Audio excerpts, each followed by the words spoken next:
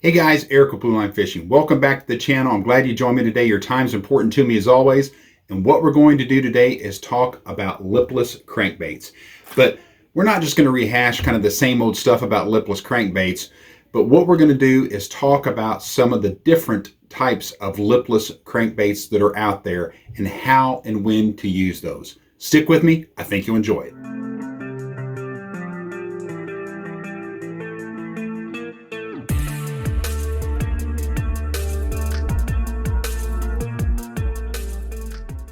Hey guys, before we get into the lipless crankbaits, just going to let you guys know, have a new discount code for you guys that I'll leave down in the description. It's for Riot Baits. If you go to riotbaits.com and use the code that's in the link down there, you can get 15% off of your order from Riot Baits. And they've got a lot of really unique soft baits like creature baits, stick baits, things like that. And they also have some different hard baits, lipless and new squirrel that they've come out with this past fall. So go over there and check them out. Okay, so let's get into these lipless crankbaits. And you guys know there's a lot of different styles of lipless crankbaits out there. I mean, there's traditional football shape, the Bill Lewis Rattletrap, and these lipless crankbaits have been around since the 1960s. That's when Bill Lewis came out with his first lipless crankbait, the original Rattletrap. And since then, they've evolved, and you've got the football style, you've got some that are more the tapered tail, like the red eye shad, which I have, and some of the others like that. There's a lot of different lipless crankbaits on the market, but what I want to show you is a few of these that are different, and you may have not thought about using them quite the way they were intended. So the first one I'm going to show you guys, this is a Bill Lewis Rattletrap. It's a 1/2 ounce size, and as you can see, this one's beat 2 pieces, teeth marks galore. And this is the same thing. It's just a newer one because this one's had the snot kicked out of it, and also because I always like to have 2 or 3 backup baits when I have a good bait. But what makes this different is this is a floating Rattletrap. Okay, and when you think of floating bait, you think, okay, that's something I'm going to throw like a topwater bait, warm water conditions. Not so. I mean, obviously that's a great time to throw it, and you'll catch fish on there that time of year with this bait, kind of what it was designed for. But the unique thing about this floating Rattletrap is what it does, it just has actually a super slow sink rate to it, almost suspends, if you will. Now, at one time, they came out with this, which is the Bill Lewis Rattletrap. As you can see, it says red zone on it there. That is a red zone which was designed at the time to suspend, maybe run about 3 or 4 feet deep. It never really took off and didn't work as well as what I think a lot of people thought. I've got a few of these, but I don't use them a whole lot. But this floating Rattletrap, what's unique about it, like this time of year, late winter, and then you start getting into early spring and then that pre-spawn, this is a bait that you can throw up shallow and not get it hung up all over the place. It's also a bait that you can use and run and keep it right above a weed line or rock or whatever it is you're fishing, and not have to really burn it to get it where you want it to be. Your traditional, like this, your traditional Rattletrap, 1/2 ounce Rattletrap, you're going to have to move that bait fairly quick to keep it up and out of what you want to keep it up and out of. With the floating one, you can actually move at a slower pace, and I like to throw this on a slower reel. When I say slower, I'm talking 6.3 to 1 gear ratio, somewhere in that area, a 6 to 1 gear ratio of some sort. You could even scale down off of that like your traditional cranking reel, in the 5 to 1 ratio. But this time of year, I think this bait excels in water temperatures that are, say, 45 to 60 degrees, maybe a little over 60 degrees. That's when it shines. And you can take this thing and you can run this floater, which this is a 1/2 ounce size bait profile, but it doesn't weigh a full 1/2 ounce because it's got the bigger air chambers in it. But so it doesn't cast quite as well as your 1/2 ounce baits, but I'm telling you, it is one of those baits that is kind of a sleeper. A lot of guys don't really know about it, fish it, even have ever seen it, honestly. But it's one, you can find it online, you can find it on eBay. They still make these floating Rattletraps, but it is one when I fish this bait, what I'll do is I'll make that cast out there, and say, for example, fishing a weed line, I'll make that cast out there, let it settle down to that weed line, and then I'm trying to adjust with my rod tip up or down, basically from 12 o'clock to 6 o'clock, to keep it just on those weeds, just where it's nipping those weeds. And if I have to rip it out, I'll rip it out. But remember, this time of year, I'm not burning that bait. You know, when the water's warm, you could use basically any lipless crankbait, and you can keep it just out of those weeds by really speeding up your reel retrieve. The bass this time of year are a little more lethargic, or if they're really not on a reaction bite as much, it's a little bit harder to get them to chase and eat that bait when you're moving it at a quick pace if the water's 48 degrees. You use the floating rattle trap, and you'll be able to get in there and keep that bait running slow, but yet out of the weeds, out of that cover. And what makes, I think, any lipless crankbait great this time of year, it has that very tight wobble to it. It's not a wide hunting action like you'll see on, you know, obviously like a square bill, for example. It's one of those baits when the fish wants something that has a more subtle action to it, kind of a calmer action to it. That's when these rattle traps shine, or any lipless crankbait for that matter, really shine and perform well. So guys, what I want to get you to do is think unconventionally with these lipless crankbaits. You know, like for example, we were talking the floating rattle trap here. This is one too. You can get it down a little bit if you want to, and almost make it a suspending bait by adding suspend strips to the belly of the bait. And those suspend strips, if you're not familiar with them, they're just little thin lead strips or little lead dots you can attach to the belly of the bait, and you can get it to suspend or slowly sink to the depth and the level you want, whether it's if you're running it over chunk rock, or if you're wanting to do it at a slower pace, or a weed line, anything like that. Those can help out.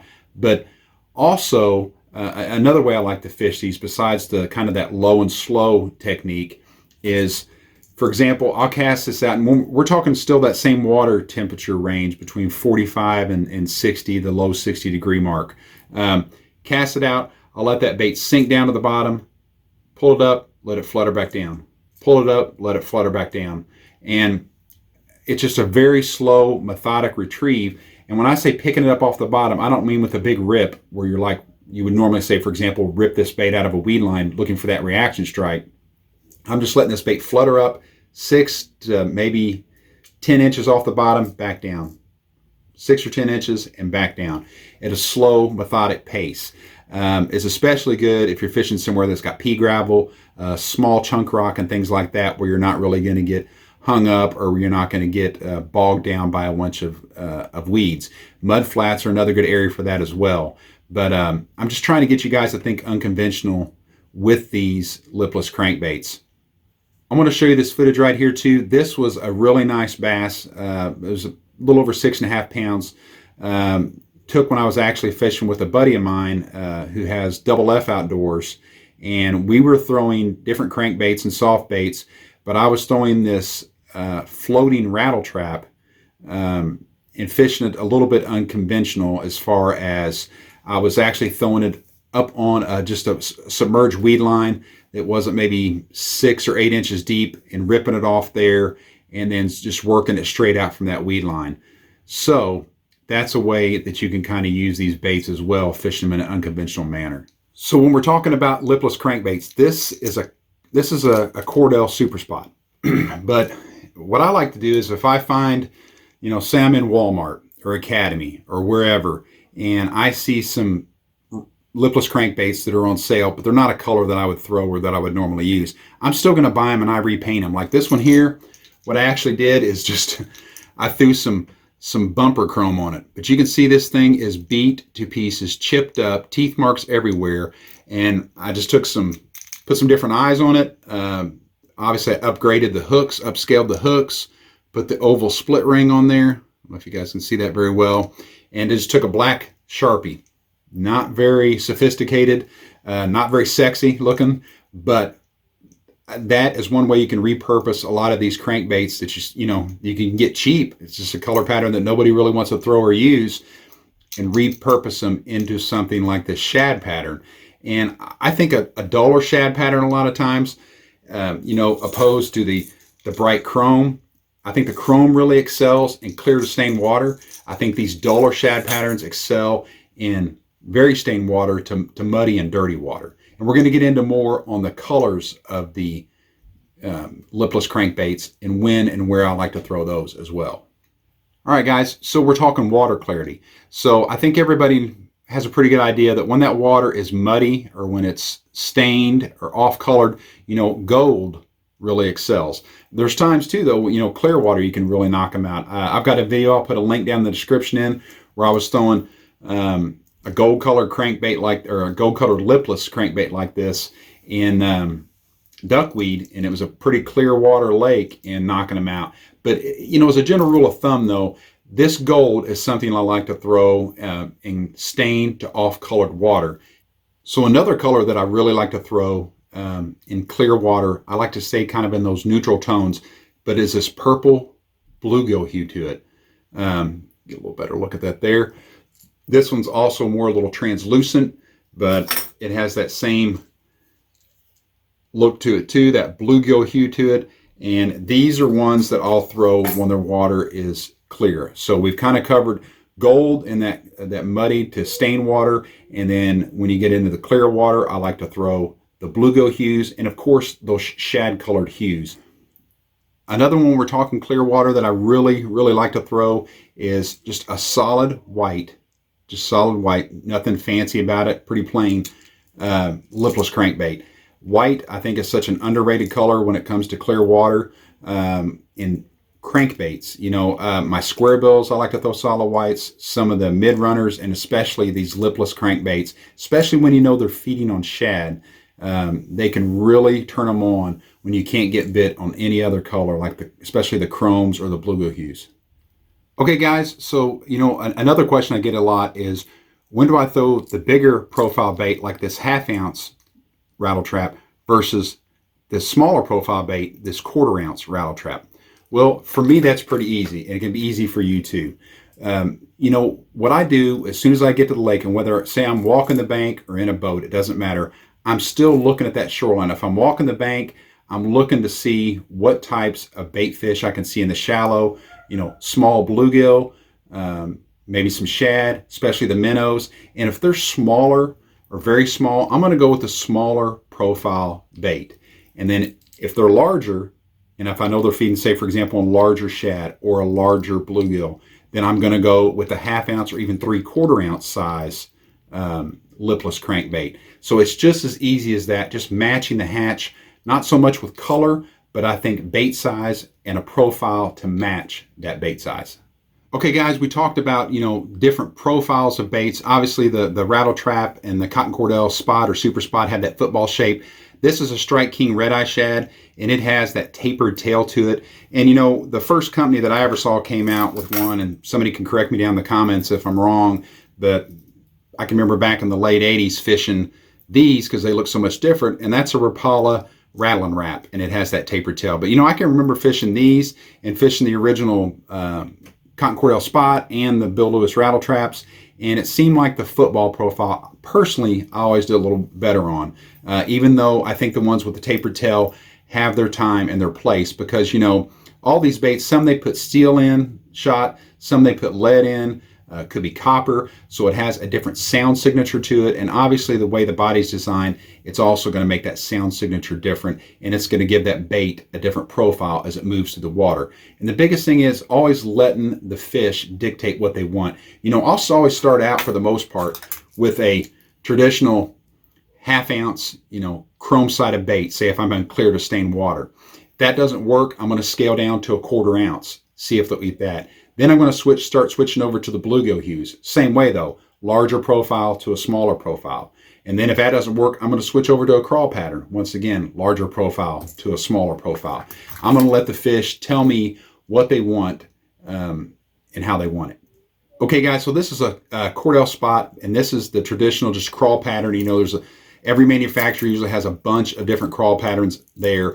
This is a bait that I think excels if you're fishing a lake or an impoundment that has a lot of crawfish in it. So if you got somewhere, you got a lot of chunk rock, you got a lot of pebble rock, that type thing, you're going to have a lot of probably crayfish in there. So that's a time when I'm going to start throwing these crawdad style baits. Also the early spring and that pre-spawn period seems to be when this red really excels. But I also think it's a time too when these purple hues and even the chartreuse hues excel. So a purple hue like this cotton Cordell Spot right here, I think in that pre-spawn, and when you start even getting towards the spawn. And guys, don't forget these chartreuse colors.